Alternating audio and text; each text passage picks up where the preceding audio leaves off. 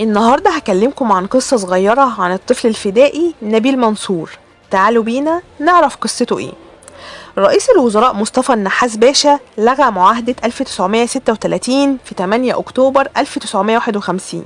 بعدها حصلت عمليات فدائية في محافظات القناة الثلاثة اللي هما السويس والإسماعيلية وبورسعيد، وكمان الإنجليز زودوا عمليات القتل في الفدائيين لحد ما جه يوم 16 أكتوبر 1951.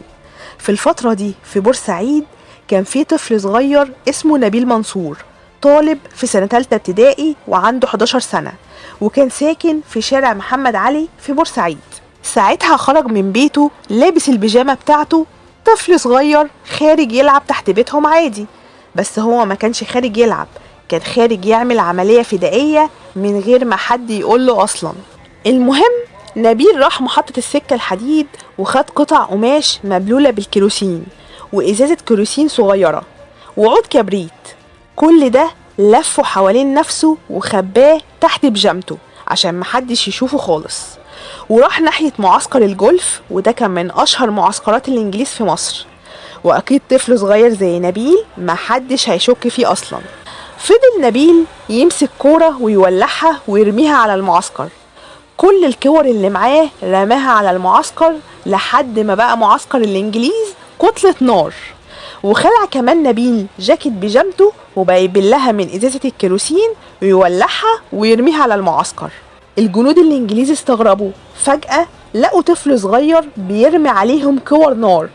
وبعد ما نبيل خلص اللي بيعمله فضل يجري من الجنود لحد ما هو بيجري السلك الشايك قطع جسمه، وهم كمان غربلوه بالرصاص لدرجة ان راسه انفصلت عن جسمه من شدة ضرب الرصاص.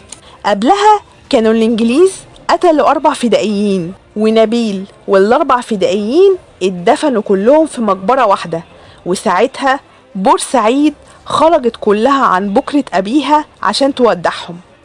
بعدها سموا المدارس باسم نبيل منصور في بورسعيد، وكانوا بيدرسوه لطلبة المدارس في ابتدائي، بس بعد فترة الدرس اتلغى من المناهج.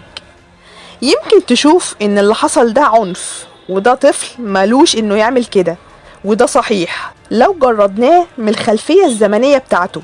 لكن مصر وقتها كانت بتغلي، محتل بيحدد مصير الناس وبيستعبدهم، لحد ما الطفل اتشبع بفكرة الفدائية، وكان فعلا نبيل ومنصور. وبس كده. لو عجبكم الفيديو ما تنسوش تشتركوا في القناة وتفعلوا زر الجرس عشان يوصلكم كل جديد.